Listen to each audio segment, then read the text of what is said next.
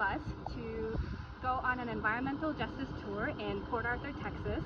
We have here around 30 health professionals, doctors, nurses, students, and today we're stepping outside of our clinics, our hospitals, and classrooms to get a different type of learning. We'll be learning from community members who are facing environmental health impacts from fossil fuel industry here in Port Arthur. We will be, even for just an hour, seeing, smelling, and feeling the pollution that people here live with every day.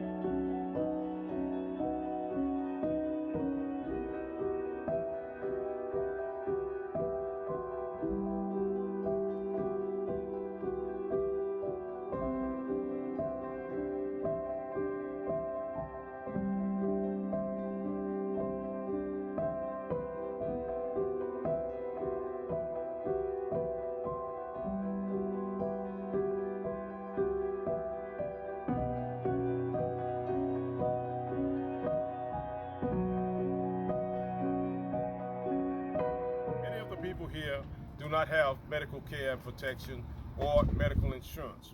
Port Arthur is in what I call the belly of the beast, or in some ways the belly of the belly, because of the exposure to toxins and substances that are harmful to health. Substances like benzene, formaldehyde, particulate matter, sulfur compounds, and many others.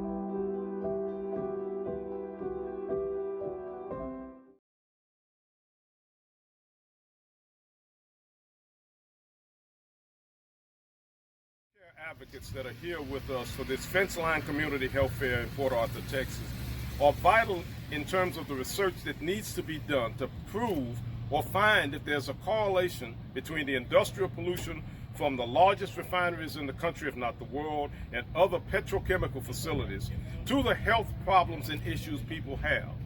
In my words, as I like to say it, we get the preponderance of evidence showing that there's a direct effect between what we breathe, what's in the air, what's in the ground, the soil, and even the water that we drink, that these substances are hurtful and harmful to us, and that we find a way to address this and make it better for people, because the more evidence and information we have, the more irrefutable it becomes to be able to show that this is harming and hurting people. And when you know better, you do better. You change what you're doing, and hopefully this will be enough to get our elected officials as well as corporate America to change its policies, especially the oil and gas industry, in terms of how they do business here in Port Arthur.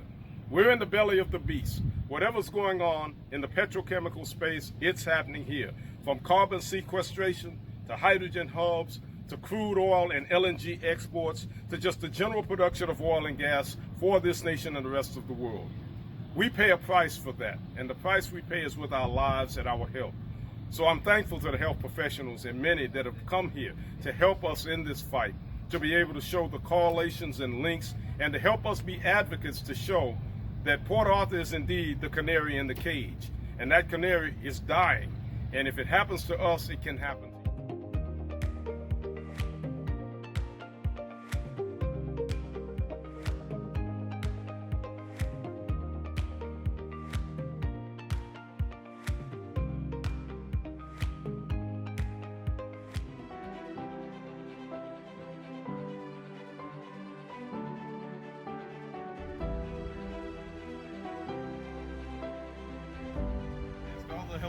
professionals to please, whenever you're working with people that are in areas that are surrounded by industry, go a little bit further, take an extra step, and look at the industries that are affecting these communities and the people that are in these communities, because a lot of times what these people are around is what's giving and causing the health effects. So take an extra minute, listen to them, ask them the extra few questions, and I think that would help lead to better diagnosis. The takeaway that I got from this trip is that we as scientists can gain the basic knowledge and the really nitty-gritty knowledge about what we see with pollution, but the community has the practical knowledge, and so we can't exist in our little bubbles. We really have to work together in order to make change. On this tour, I learned many things, but the one that is gonna stay with me for a long time is the flare-ups that I observed in the refineries, which I have seen before driving around South Texas. But what I learned is that they are not allowed. There is legislation that prohibits these flare-ups and allows them only in cases of emergencies. Well, there's not an emergency every day, but every time you drive by a refinery, you see these flare-ups. So what I'm learning is that the legislation exists but is not being enforced. And if those in power are not enforcing them, then we, the people, are the ones who need to enforce them. Healthcare providers have the advantage of being a trusted voice in our communities. And I think we have the opportunity to use our voice to amplify the voices of places like Port Arthur, who know and live with the impacts of fossil fuel projects every day.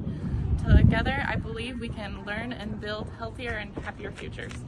The reason why I think that we need to stay in touch with local communities is that ultimately, as healthcare professionals in this period of our training, it's really hard for us to get rooted to any one spot. We're kind of tied to an institution, whereas the community organizers, they have a lived experience that, we bring our technical experience, but they bring, what they've seen, what they've lived through, and both sides of that are necessary to actually create not only, actionable change, but persistent change.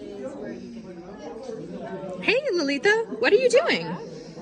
Well, we are here today at the Advocacy Clinic. And yes, we learned from the community that we have to work together to make our voices heard. As health professionals, it's important for us to advocate on behalf of our patients, on behalf of public health.